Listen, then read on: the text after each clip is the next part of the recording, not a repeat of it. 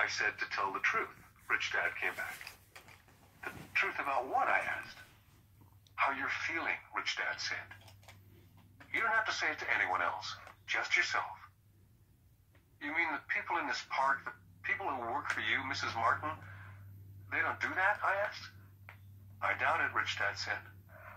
Instead, they feel the fear of not having money.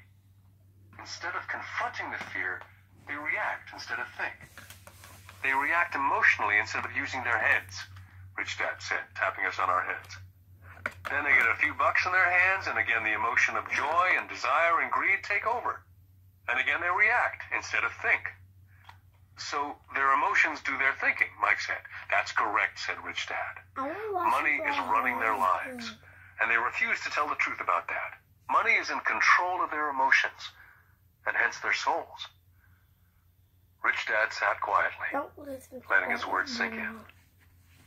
Realizing we had absorbed as much as possible of what he was talking about, Rich Dad said, I want you boys to avoid that trap. That is really what I want to teach you. Not just to be rich, because being rich does not solve the problem. It doesn't, I asked, surprised. No, it doesn't. Let me finish with the other emotion, which is desire. Some call it greed, but I prefer desire. It's perfectly normal to desire something better, prettier, more fun or exciting. So people also work for money because of desire. They desire money for the joy they think it can buy. But the joy that money brings is often short-lived. And they soon need more money for more joy, more pleasure, more comfort, more security. So they keep working, thinking money will soothe their souls that are troubled by fear and desire. But money cannot do that. Even for rich people, Mike asked? What would you do if you had to buy all your toys yourself? Buy Barbies. Would you work to buy Barbies? Barbie clothes. More Barbie closet. And more Barbies. And more. And kid Barbies. Like Chelsea. And what would you do with those Barbies? Would you make money with them? Barbies. I'm not selling my Barbies. I got a lot of Barbies. Dad, I lived in my Barbie house, and I want some more Barbie clothes, and I want a boy Barbie. And I want some more Barbie shoes. I want another Barbie house, and I want a real dream house. Okay, remember that. Rich people included, said Rich Dad. In fact, the reason many rich people are rich is not because of desire, but because of fear.